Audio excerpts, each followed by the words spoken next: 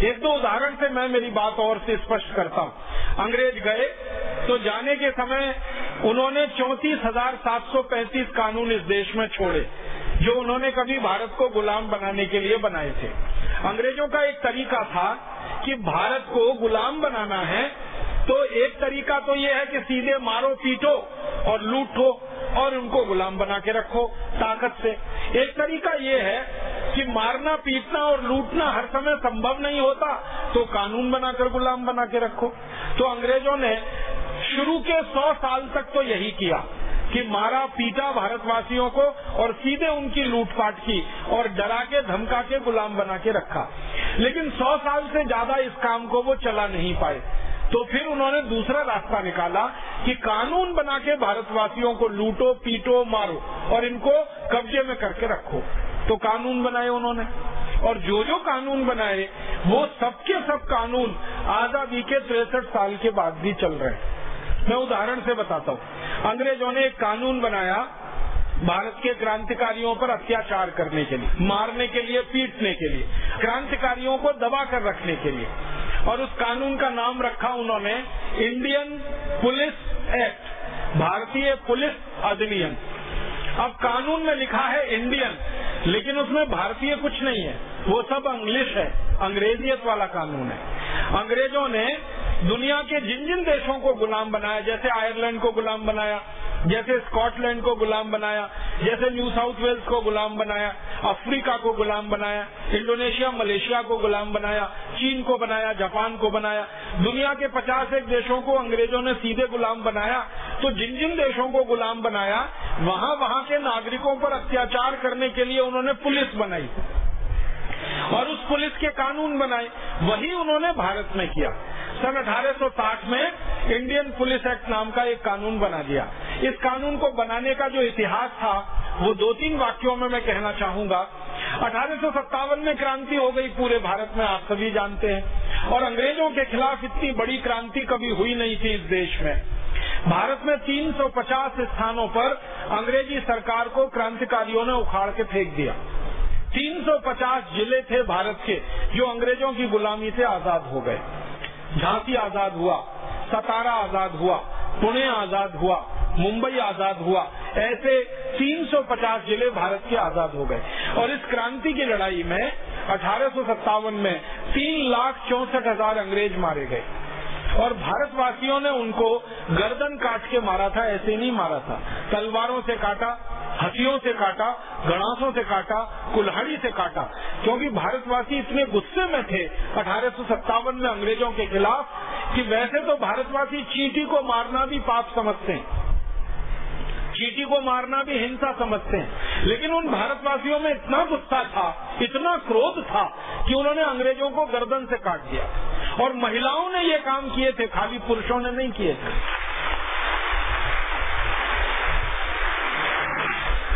कुंवर सिंह जी की कहानी तो आप सभी जानते हैं। अंग्रेजों के खिलाफ जो मोर्चा उन्होंने संभाला था पटना में, आरा में, जब तक कुंवर सिंह जिंदा थे अंग्रेजों की सेना के पांव नहीं पड़े पूरे पटना और आरा के इलाके में।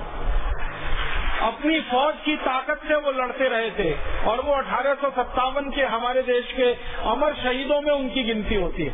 और उनकी फौज में, उनकी सेना में सबसे हैरान करने वाली बात ये थी कि जितने पुरुष थे उतनी महिलाएं थी उनकी सेना में। महिला और पुरुषों की संख्या बराबर थी और महिलाएं भी उतनी दक्ष थी कि जो बंदूक से गोलियां चलाती थी अंग्रेजों के ऊपर। ऐसे बहादुर लोग इस देश की 1857 की लड़ाई में 7,32,000 थे, एक दो नहीं थे। भारत में उत्तर में जाओ, दक्षिण में जाओ, पूर्व में जाओ, पश्चिम में जाओ, हर जगह ये लड़ाई चल रही थी। नाना साहब पेशवा ने लड़ाई शुरू जरूर की थी, लेकिन नाना साहब पेशवा की लड़ाई 7,32,000 क्रांतिकारियों की लड़ाई बन गई थी और पूरे भारत में 3,64,000 अंग्रेजों को क्रांतिकारियों ने मार डाला था, खत्म कर दिया था। अंग्रेजों की सरकार खत्म हो गई थी। तब अंग्रेजों की संसद में इस बात पर चर्चा हुई कि आगे भारत को फिर से गुलाम बनाना हो तो क्या करना चाहिए।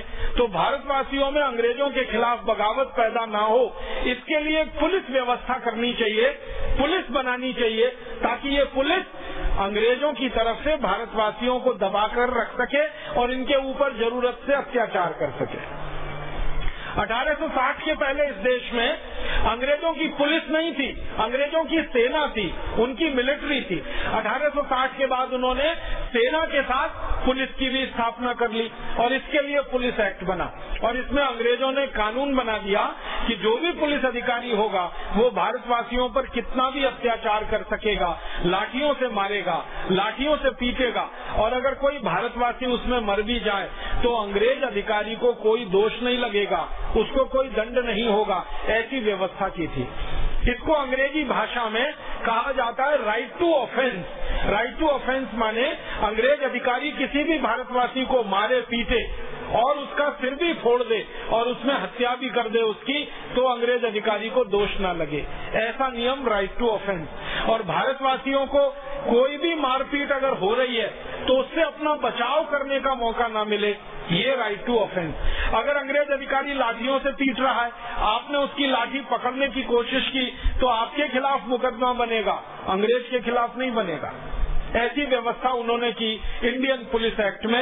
इस कानून को 1860 में लागू किया गया और इसी कानून की ताकत से भारत के क्रांतिकारियों पर भयंकर अत्याचार किए गए। एक उदाहरण तो मैं जरूर दूंगा आपको। हमारे देश के एक महान क्रांतिकारी थे लाला लाजपत राय। उत्तर भारत के सबसे बड़े क्रांतिकारियों में उनकी गिनती हुआ करती थी। उस समय लाहौर भारत का अंग था, पाकिस्तान का बंटवारा हुआ नहीं था, तो लाहौर में लाला लाजपत राय अपने क्रांति वीरता का काम किया करते थे। अंग्रेजों ने एक कानून बनाने के लिए कमीशन नियुक्त किया था, उसका नाम था साइमन कमीशन। वो भारत आया था और भेजा गया था उसको कि कुछ और कठोर कानून भारत में बनाकर लागू किए जाएं। तो साइमन कमीशन का विरोध करने के लिए लाला जी ने एक जुलूस निकाला था, निहत्थे लोगों का जुलूस था, शांति प्रिय जुलूस था। उस जुलूस पर अंग्रेजों की पुलिस की तरफ से लाठियां बरसाई गई और अंग्रेजों की पुलिस ने जुलूस पर जब लाठियां बरसाई तो एक अंग्रेज अधिकारी हुआ करता था, उसका नाम था सैंडर्स। सैंडर्स ने जानबूझकर लाला लाजपत राय के सिर में लाठियां मारी। एक लाठी मारी, दो मारी, तीन मारी, 4, 5, 6, 10, 11, 12, 14 लाठियां मारी। परिणाम क्या हुआ? लाला जी के सिर से खून ही खून निकलने लगा। तुरंत उनको हॉस्पिटल ले गए, लेकिन हॉस्पिटल में उनकी मृत्यु हो गई। लाला जी के सिर पर लाठियां मारकर जिस अंग्रेज ने उनकी हत्या की उसका नाम था सैंडर्स। उस अंग्रेज अधिकारी को सजा मिलनी चाहिए, इसके लिए भारत के एक दूसरे क्रांतिकारी शहीद आजम भगत सिंह ने पुलिस में दरखास्त की, अपील की। उनकी दरखास्त पर पुलिस ने एक्शन लिया। बाद में अदालत में ये मामला गया और अदालत ने ये कहकर सैंडर्स को बाइज्जत बरी कर दिया कि लाला जी के ऊपर जो लाठीचार्ज हुआ है वो कानून के हिसाब से हुआ है, उसमें सैंडर्स की कोई गलती नहीं है। शहीद आजम भगत सिंह ने बहस की इस विषय में, तो उनका तर्क ये था कि लाठी मारने का नियम है कि कमर के नीचे के हिस्से में लाठी मारी जाती है, सिर पे लाठी नहीं मार सकते आप। लेकिन लाला जी के सिर पर लाठी मारी गई।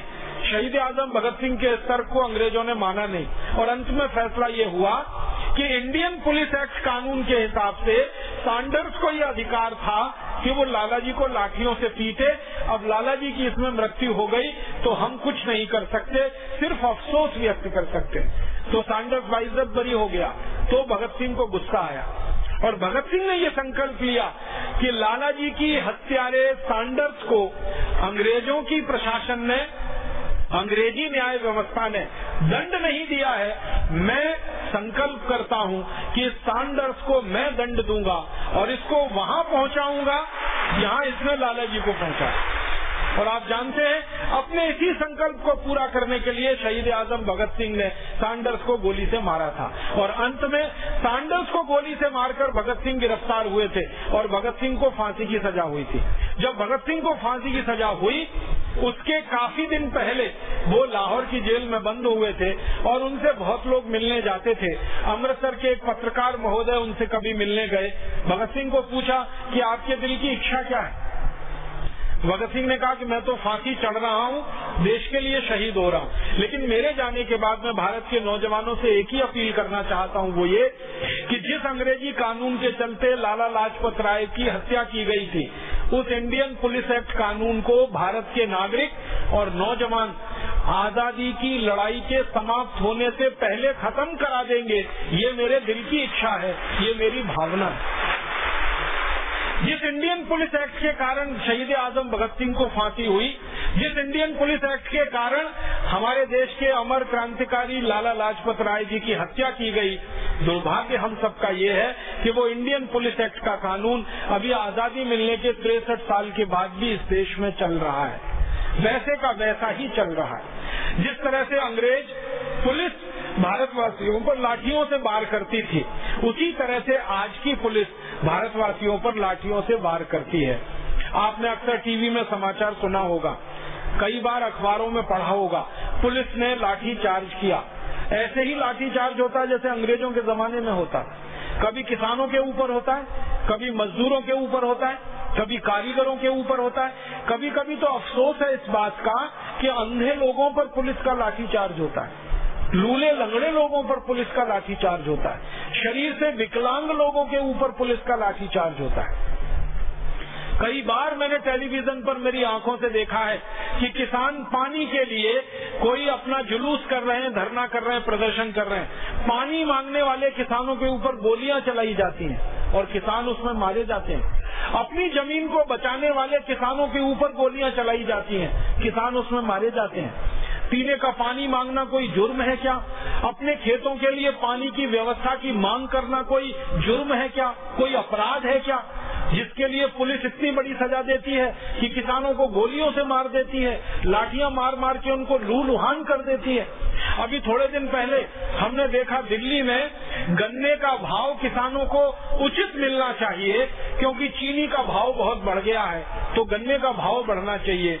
चीनी अभी 40 रुपए किलो बिक रही है, 13 रुपए किलो की चीनी 40 रुपए किलो हो गई। तो किसानों ने कहा कि हमारा 125 रुपए क्विंटल का गन्ना 280 रुपए क्विंटल खरीदा जाना चाहिए। इसके लिए दिल्ली में एक धरना हुआ, प्रदर्शन हुआ। पुलिस ने लाठियां मार मार के किसानों की कमर तोड़ दी, उनके हाथ पैर तोड़ दी। पता नहीं कितने किसानों को हड्डियां टूटी हैं, कितनों को प्लास्टर चढ़े। ऐसा हमेशा होता रहता है। कारण क्या है? पुलिस के पास वही हथियार है जो अंग्रेजों की पुलिस के पास था, और उस हथियार का नाम है इंडियन पुलिस एक्ट। उसी के आधार पर पुलिस आज भी अत्याचार करती है और निर्दोष नागरिकों को मारती है, पीटती है, उनको लहूलुहान करती है। बंगाल में एक छोटा सा गांव है नंदीग्राम। नंदीग्राम की कहानी आप सबको मालूम है। जबरदस्ती किसानों से जमीन छीनकर विदेशी कंपनियों को बेचने वाली वहां की सरकार के खिलाफ किसानों ने एक मोर्चा खोला था। बंगाल की पुलिस ने इतनी गोलियां चलाई थी कि 20 किसान नंदीग्राम में एक दिन में मार डाले उन्होंने। और जिन किसानों की पत्नियों, बहनों और बेटियों ने उस आंदोलन में भाग लिया अपनी जमीन बचाने के लिए, बंगाल की पुलिस ने उनके ऊपर इतनी बर्बरता ढाई कि माताओं, बहनों, बेटियों से बलात्कार किए उन्होंने। नंदीग्राम की रिपोर्ट सारे देश को शर्म से डुबो देने के लिए काफी है। हमारे देश में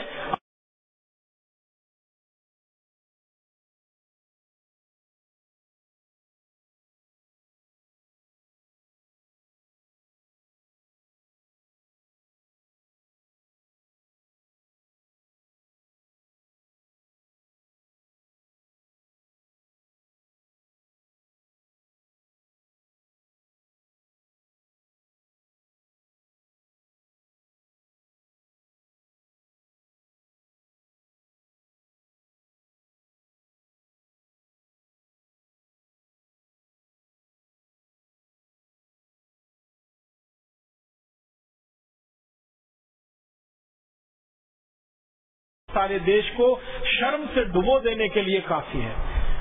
हमारे देश में आजादी के 63 साल के बाद भी हमारी पुलिस वैसे ही अत्याचार करे माँ, बहन, बेटियों पर जैसे कभी अंग्रेजों की पुलिस किया करती थी। तो हम कैसे कहें कि हमारा देश स्वतंत्र हो गया है? कैसे कहें कि हम स्वाधीन हो गए? मुझे तो बहुत दिल में इस बात के लिए क्रोध आता है कि शहीद आजम भगत सिंह को हम कौन सी श्रद्धांजलि अर्पित करें, लाला लाजपत राय को हम कौन से श्रद्धा सुमन अर्पित करें। उनको हम ये कहें कि लाला लाजपत राय जी, आपकी हत्या जिस अंग्रेजी कानून के चलते हुई थी, आजादी के 63 साल के बाद भी उस कानून को हम बदल नहीं पाए। शहीद आजम भगत सिंह को हम ये कहें कि जिस कानून के चलते आपने फांसी का फंदा चूमा था, अपनी पूरी भरी जवानी को देश पर लुटा दिया था, उस अंग्रेजी कानून के खिलाफ अभी तक हम कोई सफल लड़ाई नहीं लड़ पाए, उस अंग्रेजी कानून को हम खत्म नहीं करा पाए, समाप्त नहीं करा पाए। ये बहुत